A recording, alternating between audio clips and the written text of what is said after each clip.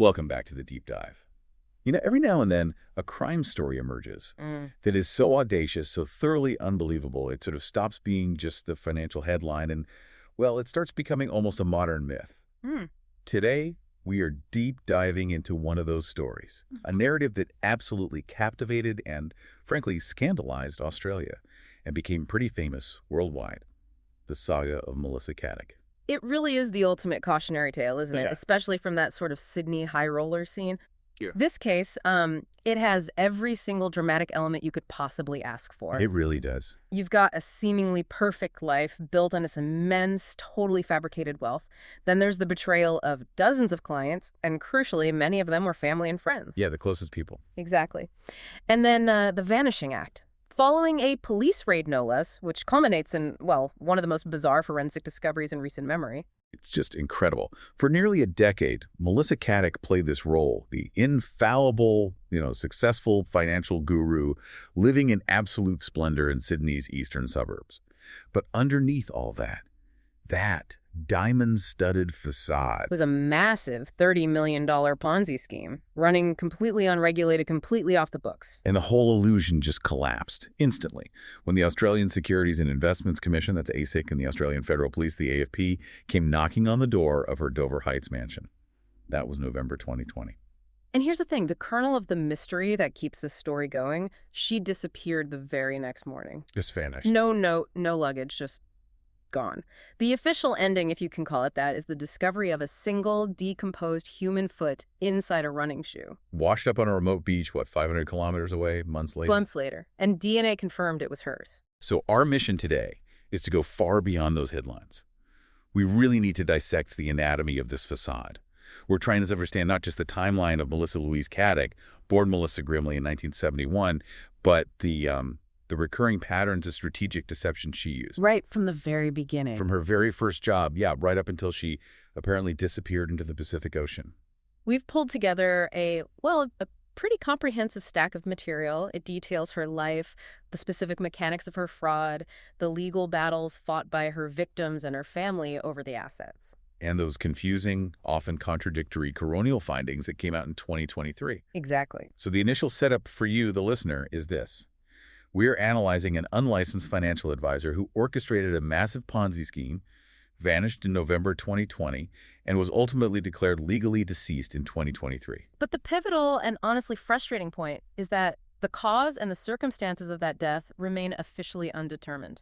Right. So we're left with all the evidence of the crime, this huge financial mess, but only half the story of the criminal herself. It's maddening.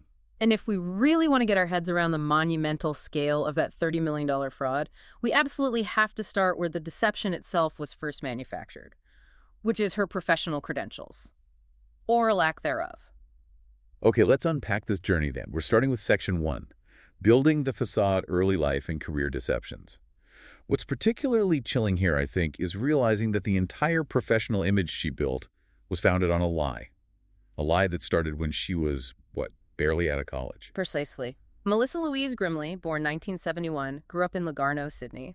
She attended Patrick's College, where she studied secretarial and business administration, which is, a perfectly reasonable, practical starting point for a career in finance admin. Sure. Normal enough. But it was far too humble for the image she clearly intended to project, even back then. And what she intended to project required, academic pedigree, didn't it? Something more substantial. It required entirely fabricated pedigree.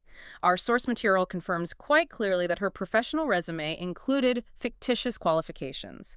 She claimed to have secured either a graduate diploma in finance or even a master's of business in finance from the University of Technology, Sydney, UTS. Wow. Okay. And in the competitive world of Sydney finance, having those letters after your name, that makes a huge difference, right? It grants immediate credibility, opens doors. Absolutely. A master's degree suggests expertise, rigor, a high level of analytical skill. It's basically shorthand for competence that investors, they rely on that. So people wouldn't question it too much. Probably not initially, no. But when investigators later checked with UTS, their response was definitive and pretty damning. They confirmed they had no record of completion of a graduate diploma in finance or master's of business in finance, or indeed any qualification, under the name of Melissa Caddick or Melissa Grimley. None at all.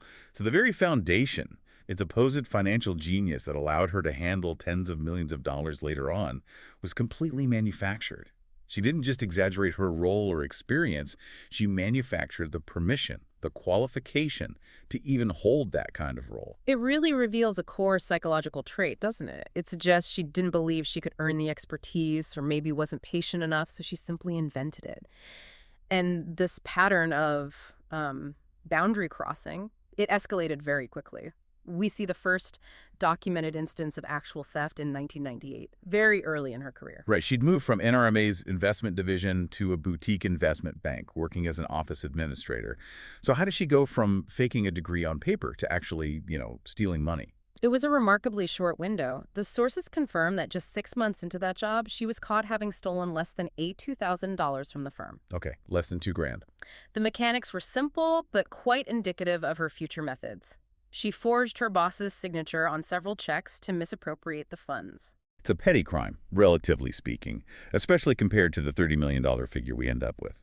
But the technique forgery, it's the same, isn't it? And the outcome of this incident, that's what seems to provide the disastrous precedent. It is absolutely the most crucial detail of this early history. The boutique bank, probably worried about bad publicity or maybe just the hassle and expense of prosecution, made a pivotal decision. They opted not to pursue criminal charges. Seriously? Seriously. They gave her a choice: leave immediately, and they wouldn't involve the police. And of course, she chose to leave. That's horrifying, actually. She wasn't punished. She wasn't even properly flagged in the system. She literally walked away from committing fraud, learned she could basically manipulate her way out of legal consequences, and got a clean slate to immediately move on to her next opportunity. It feels like it gave her a license to escalate. It certainly seems to have instilled a dangerous sense of impunity, a confidence in her ability to control the narrative and just skirt the law. And she used that freedom almost instantly. She landed a job as a financial advisor for Wise Financial Services, Which was, I think, a subsidiary of ING. A big name. Exactly. That ING association provided a massive boost of third-party credibility. People trust big names like that. Of course. She wasn't just working at some small, unknown, independent office anymore. She was associated with a globally recognized financial powerhouse, and she quickly established herself there, too. She borrowed $750,000 to purchase a 25% stake in the Wise financial business. Wow, okay. So she's putting money in, showing commitment. Exactly. It cemented her as a serious player. And by 2003, she was riding high enough on this wave of, fabricated and accelerated success to actually be featured on the cover of the trade magazine Independent Financial Advisor. That kind of visibility is marketing gold for an advisor, isn't it? It builds trust, makes you look like an expert. But her partnership with Wise eventually dissolved. Yeah. And the reason why seems to point directly to her inherent disregard for rules, for regulatory boundaries. It really does. The source material reveals the key conflict. Wise refused to allow her to recommend direct property investment and direct shares to her clients. It wasn't an arbitrary decision on their part. It was due to strict internal regulatory compliance rules. Recommending property and direct shares carries different, often higher regulatory burdens and risks compared to standard managed funds. Wise was basically protecting its compliance structure, protecting itself. So she faced a choice. Operate within the established rules set by this big regulated company, or go her own way to maximize her own potential profits and, I guess, operational freedom. And she chose freedom. She left. Okay. And the exit itself was financially quite modest, actually, contrary to the stories she later told. She only received the return of her initial $750,000 investment. And most importantly, for her future career trajectory, she signed a 5-year non-compete agreement. 5 years. That's a long time in finance. It is. It effectively put her on the sidelines of the regulated financial advisory world for half a decade. So she was professionally restricted, couldn't legally advise in the way she wanted, but now she had this expensive lifestyle to maintain and this high-flying image to justify. This is where the really fantastical stories start to emerge, right? To cover that professional gap. Exactly right. To explain how she could suddenly appear independently wealthy, despite these professional restrictions, she concocted varying stories of a massive windfall, just completely made them up. Like what? What kind of stories? Well, the most colorful versions circulating among her friends and potential clients included, believe it or not, an $86 million severance package from Wise. $86 million. From a $750K investment. That's insane. Utterly implausible. Or another version was a similarly large payout she claimed she received from settling a sexual harassment claim against Wise. Okay, so a lie that big, it serves two purposes, doesn't it? First, it explains her sudden, unexplained wealth. And second, it probably preemptively shuts down any awkward questions later about where future massive investment returns might be coming from. I mean, who questions the investment strategy of a woman who supposedly just pocketed $86 million?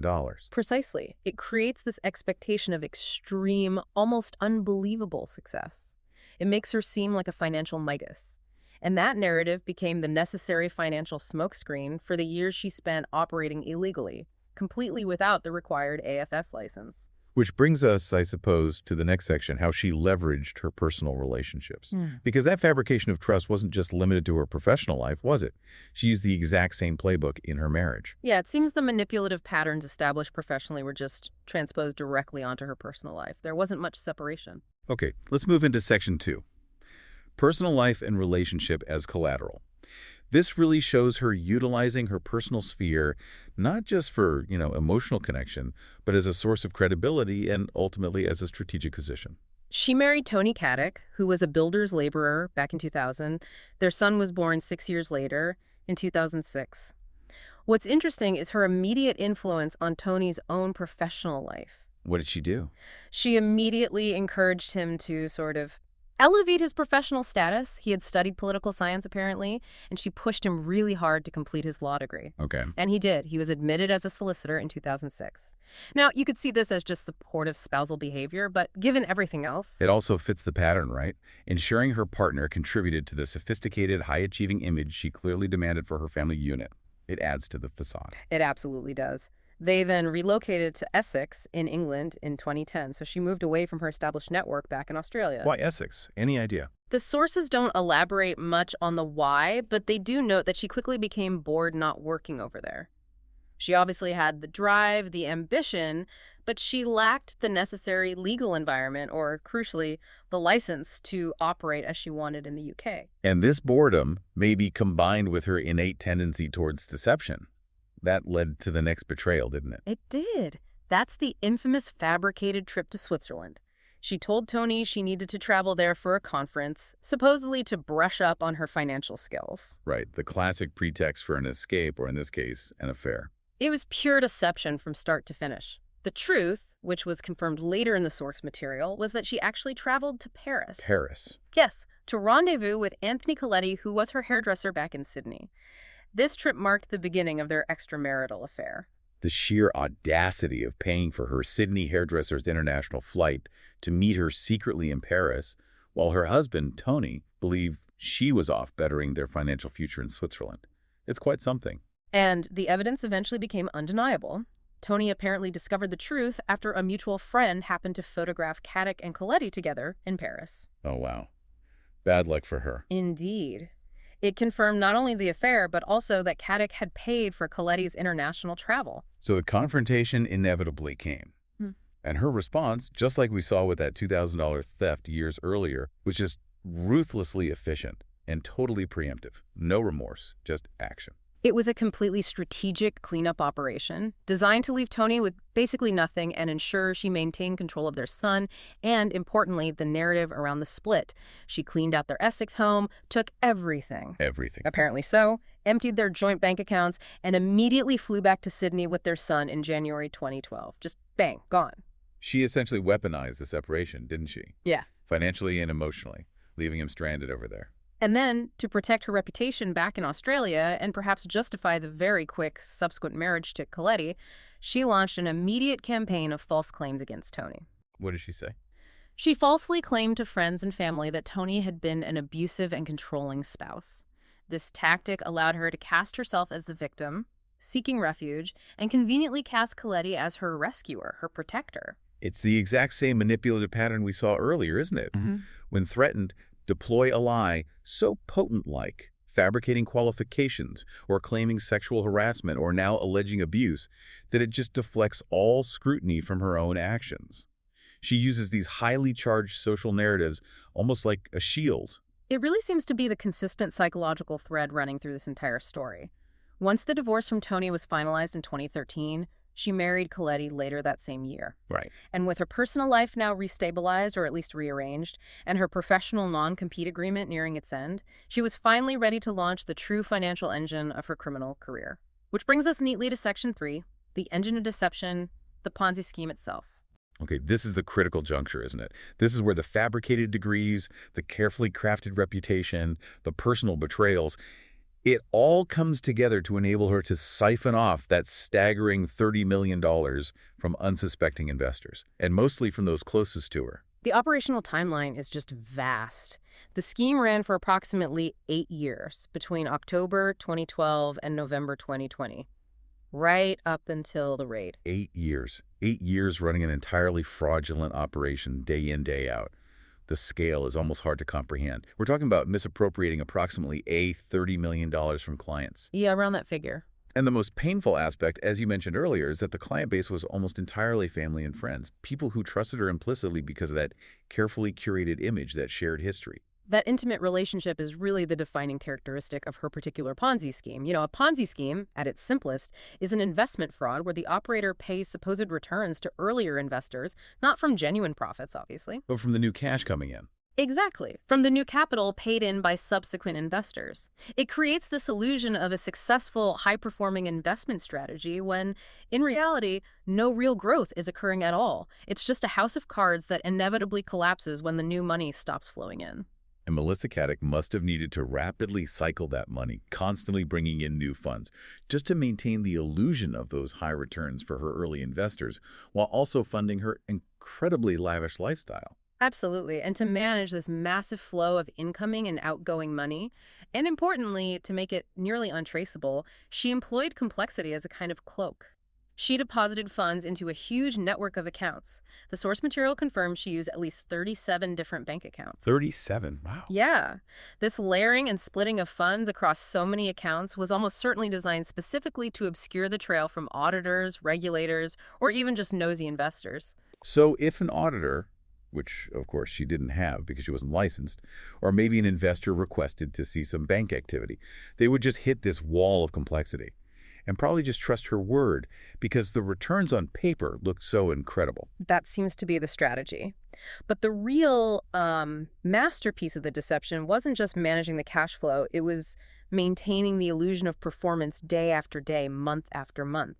She couldn't just tell people they were getting rich. She had to show them official-looking reports that proved it. And this is where her original sin, if you like, the forgery, came back into play, but on a much grander, much more sophisticated scale than just forging a signature on a check. Absolutely. She fabricated ComSec portfolio statements. Now, ComSec is a highly recognizable and reputable brokerage arm of the Commonwealth Bank in Australia. Seeing their logo immediately conferred legitimacy. People would trust that instantly. Instantly. But she didn't stop there. She then created fake account numbers on these forged statements to show investors these purported returns, these massive gains. That detail about the fake account numbers feels critical. It's not enough just to fake the letterhead or the logo. You have to ensure the investor can't just pick up the phone, call ComSec, and try to verify their portfolio using that account number. Precisely. If an investor got suspicious and tried to call ComSec to verify the account number on their statement, ComSec would simply say, sorry, that number doesn't exist in our system, or perhaps that number belongs to someone else entirely. This ensured the investor remained completely dependent solely on Melissa Caddick for information. It reinforced her position as the indispensable financial wizard who held all the keys.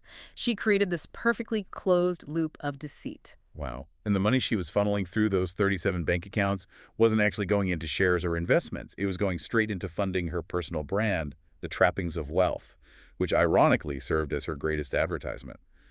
The more successful she looked, the more people wanted in.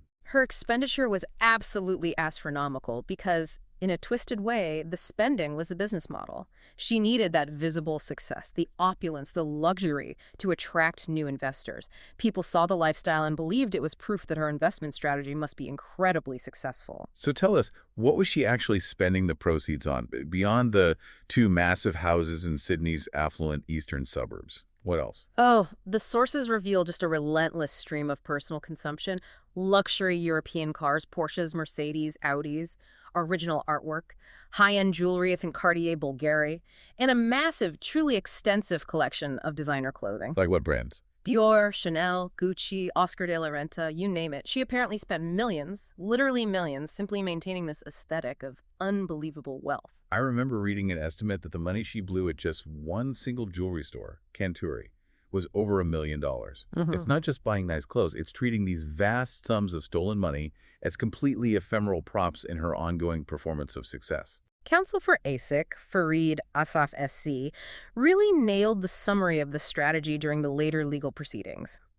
When describing her acquisition of all the trappings of wealth, he stated quite bluntly that her financial services business was merely an elaborate front for Mrs. Caddick's Ponzi scheme, Okay. and that her entire perceived success was all a facade. The cold, hard legal reality was that she was simply stealing money to buy status, to buy credibility. And the underpinning legal violation, the one that meant all her clients had absolutely zero protection when it all went wrong, was confirmed later in court, wasn't it? Yes, absolutely. The court confirmed that Caddick, operating through her company Melissa Caddick Ltd., operated without the legally required Australian Financial Services AFS license for the entire 8-year period of the scheme, from 2012 right through to 2020. And that's huge, isn't it? Why is that AFS license so important? It's critical. The AFS license system exists to ensure that financial advisors meet minimum competency standards, that they adhere to strict compliance rules, and importantly, that they are legally obligated to act in the best interest of their client. That's the fiduciary duty. By operating completely without it, she was totally unregulated, completely unaccountable, and offered her clients absolutely no legal recourse or compensation scheme access until the whole thing inevitably imploded. So, okay, we have 8 years of escalating fraud, $30 million stolen, mostly from friends and family, and this perfect shiny facade built on lies and luxury goods.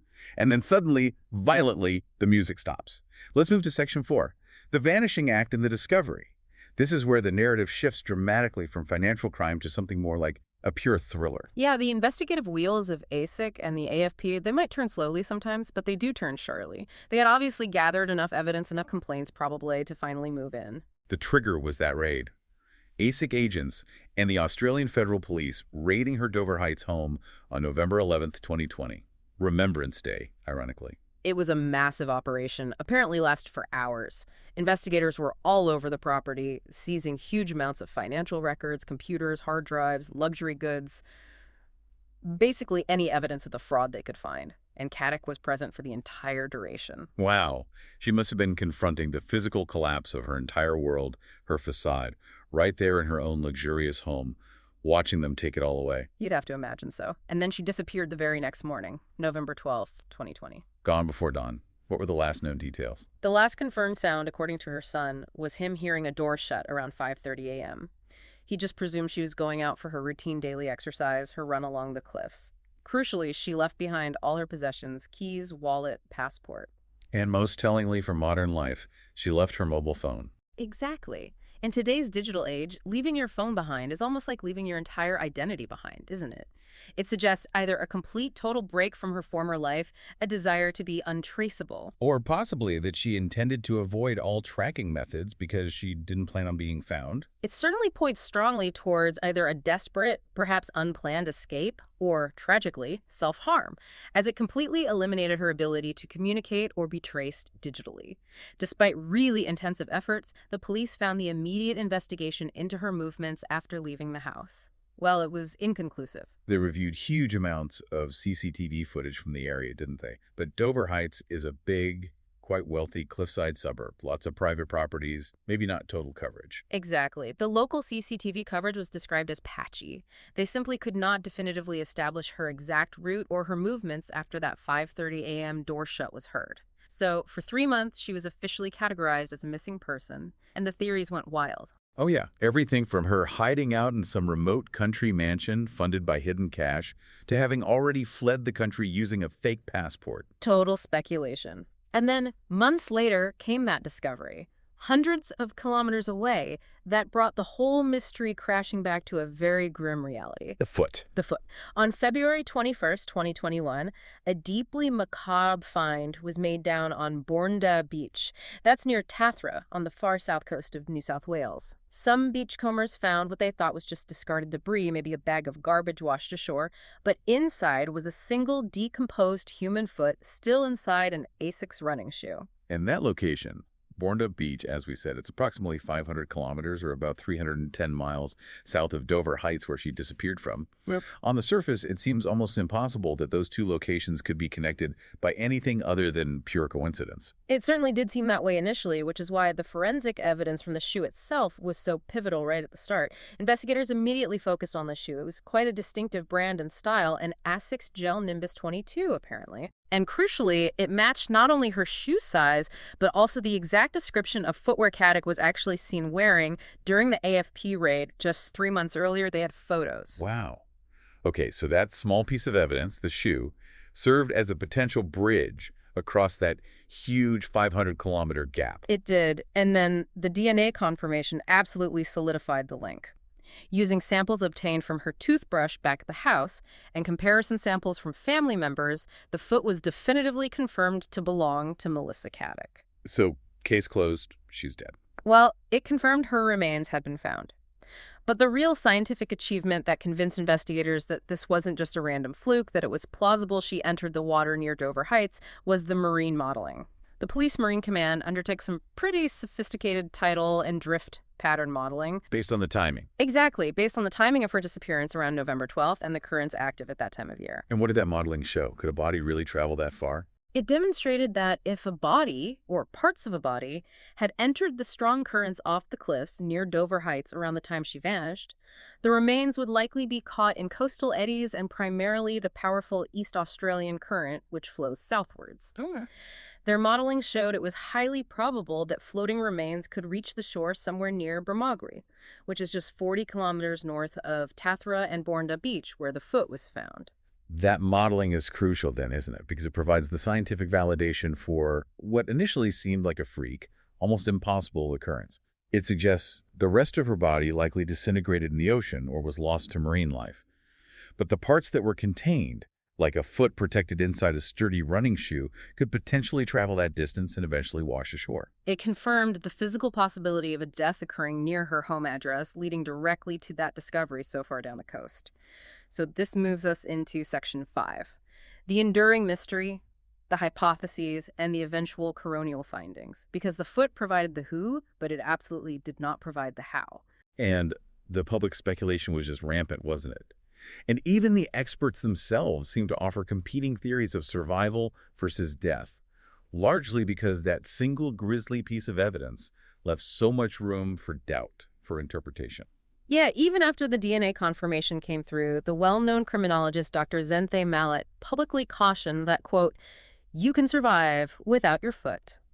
She was emphasizing that while the discovery was incredibly significant, it didn't definitively confirm the specific cause or manner of death.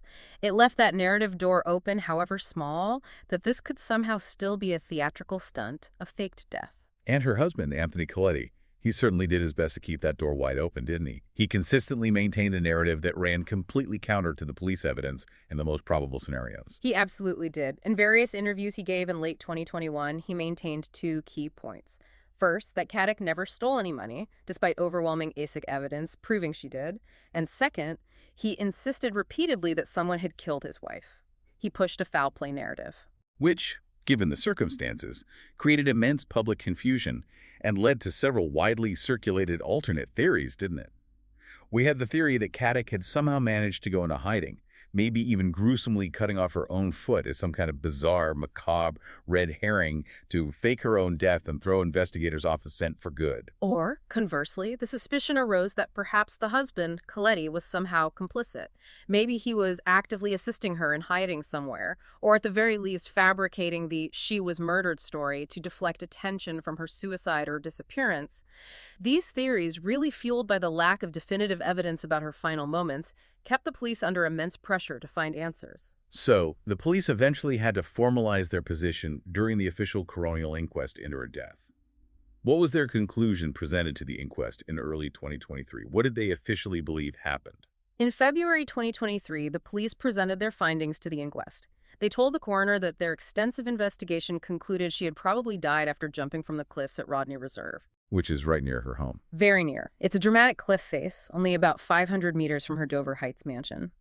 This conclusion aligned their official position with the marine drift modeling results. It was the most logical explanation fitting the available evidence. That seems like the most likely scenario, given everything. But the final legal reality came a few months later, with the official coronial inquest findings released in May 2023.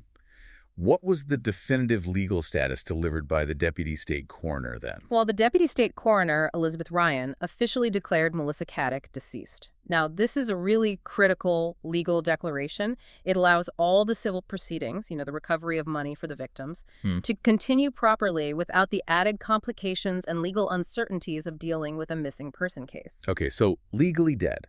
But did the coroner determine how she died? Suicide, accident, foul play? No. And this is the core of the enduring mystery. The coroner's final words highlighted the central, frustrating ambiguity of the entire saga. What did she say? Crucially, the coroner found she was unable to determine how Melissa Caddick died. She was confirmed dead, yes, but whether it was suicide or an accident like falling while running or even potentially foul play, the available forensic evidence, which was essentially just one decomposed foot, was simply insufficient to establish the manner of death to the required legal standard. So the question of how, when, and where she actually died remained, in the coroner's own words. Problematical, that was the word used. Still unresolved. That lack of resolution, the inability to definitively close the narrative loop on how she died, that must be devastating. For the public fascinated by the case, but more importantly for the victims who were still seeking some form of final closure. Absolutely. And this ambiguity also has potentially significant legal ramifications, particularly concerning things like life insurance claims or any outstanding financial instruments that might only pay out under certain specific circumstances of death, like accident versus suicide. It leaves things legally messy. And beyond the ambiguity surrounding Caddick's own fate, the coroner made some very pointed observations regarding her husband, Anthony Coletti. Observations that really fueled the public suspicion that had been swirling around him since day one. Yes, the coroner specifically noted two key areas of serious concern regarding his testimony and actions.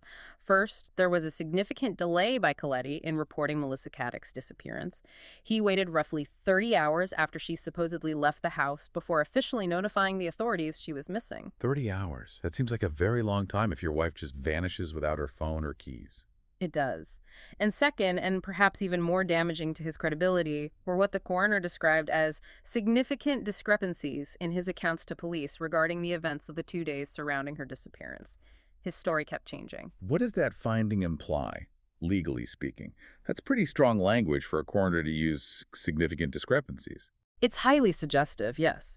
It means the coroner formed a strong suspicion, though not a finding of fact, that Coletti was, and I quote the finding, aware of his wife's movements over the previous 2 days, but chose not to disclose them. Wow. Now, while this doesn't constitute a criminal charge against him or anything like that, it officially undermines his credibility as a reliable witness and leaves a substantial shadow of doubt hanging over his knowledge of her final hours. The coroner clearly suspected he knew more than he was letting on, perhaps protecting himself or perhaps protecting the circumstances of her disappearance from the authorities for some reason. It really paints a picture of extreme isolation for Caddick in those final moments, doesn't it? She ran this entire elaborate scheme based on lies and deception, and when she vanished, the only person left to potentially give an account of her state of mind or movements was found by the coroner to be highly unreliable and possibly dishonest. The ultimate fate of the chief fraudster remains an enigma, wrapped in mystery. But the financial wreckage she left behind in her wake was all too real, all too devastating for dozens of people. And that leads us directly to Section 6, the financial resolution, the aftermath. The focus here shifts entirely to the long, difficult process of recovery for the victims. Right. Once Caddick was presumed dead, or at least once the foot was found and identified, the 38 criminal charges ASIC had laid against her were officially dropped. That happened in April 2021. But that didn't stop the civil proceedings, did it? The ones focused purely on asset recovery. Not at all. The courts, specifically the federal court, immediately moved towards appointing receivers and liquidators to seize and sell off her assets, basically trying to restore some measure of financial justice to the victims she defrauded. In November 2021, the court formally confirmed the scope of the crime, that Caddick and her company Maliver had indeed fraudulently appropriated tens of millions of dollars and had operated illegally without an AFS license for that entire 8-year period. So the grim, almost Herculean task then became trying to partially reimburse the 72 clients who had lodged claims, stating they were collectively owed more than $823 million. And that number, $23 million, it's important to note, is just the capital they invested that they claimed they were owed back. It doesn't even factor in the fictitious sky-high returns she had falsely promised them on those fake ComSec statements over the years. So the actual perceived loss was much higher for many. Much higher in their minds, yes. To even begin to meet that $23 million debt, every single asset linked to her or bought with the stolen funds, from the multi-million-dollar houses right down to the designer shoes and handbags, had to be tracked down, seized, and sold off. And this immediately kicked off some intense legal battles over those assets, didn't it? Particularly over the luxury waterfront home in Dover Heights, which she had purchased for $6.2 million using investor funds. Absolutely. The liquidation process itself became a kind of courtroom drama, often involving the very people she had deceived the most. In February 2022, her husband, Anthony Coletti, formally objected to the sale of the Dover Heights house. He later filed a really comprehensive claim arguing for a substantial share of her assets. What were the specifics of Coletti's claim? I mean, he was essentially asking for part ownership of properties and goods bought with stolen funds, wasn't he? His claim was incredibly detailed and quite extensive. It really demonstrated the sheer volume of luxury goods she had acquired with the stolen money. He claimed ownership or a share of her Gucci wedding dress, $7 million worth of shares, which were likely phantom shares as the money wasn't invested but represented funds spent or claimed, $2 million worth of jewelry, the two main properties which he optimistically claimed were worth $20 million combined, and even proceeds from the sale of the luxury cars. He was essentially attempting to claim a spousal share of fraudulently obtained wealth. That seems bold. And at the same time, her parents, who were living in an apartment she owned in Edgecliff, they were also fighting desperately to protect their residence, weren't they? They were victims too. They were. They were fighting for the Edgecliff apartment where they resided. Caddick's parents staked a formal claim on it in court, arguing that they had given Melissa $1.03 million towards its purchase back in 2016. On what understanding? On the understanding, they argued, that they would receive a significant percentage ownership, around 37%, and crucially, the right to live there for the rest of their lives, a life tenancy. The heartbreaking irony here is almost unbelievable, isn't it? Her own parents were victims of her scheme too, and they were essentially forced to go to court and legally prove that their own daughter was a criminal, a fraudster, just to protect their own home from being sold off to pay back other victims. They had to formalize that devastating reality in court documents. In April 2022, they filed a statement in the federal court openly admitting that, quote, Melissa dishonestly and fraudulently took their money for the apartment. That's just a brutal public admission of betrayal by your own child that you have to make. Unimaginable. So despite these intense objections from Coletti and the heartbreaking claims from her parents, the asset liquidation process had to proceed for the benefit of all creditors. Coletti was eventually ordered to vacate the Dover Heights house in May 2022. He was. And that property, the very symbol of the height of her fraudulent success, the stage for her performance, was sold in October 2022 for an astonishing $9.8 million. Wow, $9.8 million. That's a significant profit on the original $6.2 million purchase price. It was indeed a very healthy return, driven by Sydney's hot property market at the time. And that profit, of course, went straight back into the pool of funds available to be distributed among the defrauded investors. And what about all the physical trappings of the facade? The designer clothing, the artwork, the jewelry. How much did they manage to realize at auction? The luxury goods auction, held by Shapiro Auctioneers in December 2022, generated a total of $860,000. So between the sale of the house and the auction of her material possessions, the receivers managed to secure a substantial amount of money back. But, even adding those figures together, it still represents only a fraction of the more than $23 million owed to those 72 clients. It's only partial justice, then, financially speaking. But I guess it's a tangible, definitive step towards trying to right a huge financial wrong that was committed over 8 long years, all while operating completely without an AFS license. The liquidation process itself remains complex, dealing with multiple claims and priorities. But the sale of those high-profile assets, from the waterfront mansion right down to the last piece of Kenturi jewelry, represents the official, necessary effort to restore at least some financial stability to the lives she so thoroughly ruined. And finally, I suppose it was inevitable that a story this compelling, this dramatic blending immense wealth, shocking betrayal, and a deeply mysterious ending, was going to be immortalized in popular culture, wasn't it? Naturally, stories like this capture the public imagination. The entire saga was dramatized quite quickly in the Nine-network miniseries Underbelly. Vanishing Act, which aired in Australia in 2022.